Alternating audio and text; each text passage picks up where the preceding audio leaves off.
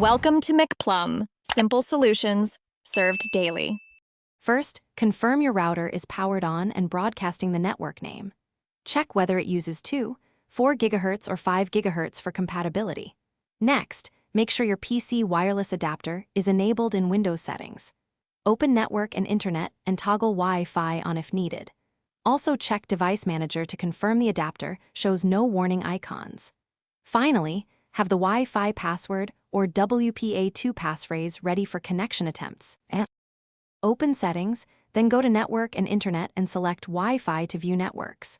Locate the SSID that matches your router and click Connect to start the process.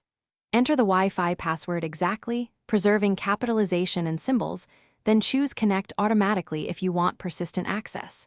If your network requires a static IP, click Advanced Options and set an address like 192.168.150 with subnet mask 255. If connection fails, run the Windows Network Troubleshooter to diagnose the issue quickly.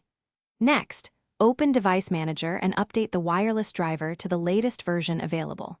If problems persist, reboot the router and restart the PC to refresh DHCP assignments. You can also toggle airplane mode off and on, or forget the SSID and reconnect with the password.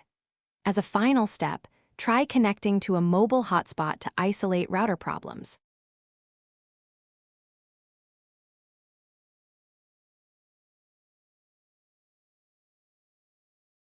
Thanks for watching. Stay juicy and subscribe.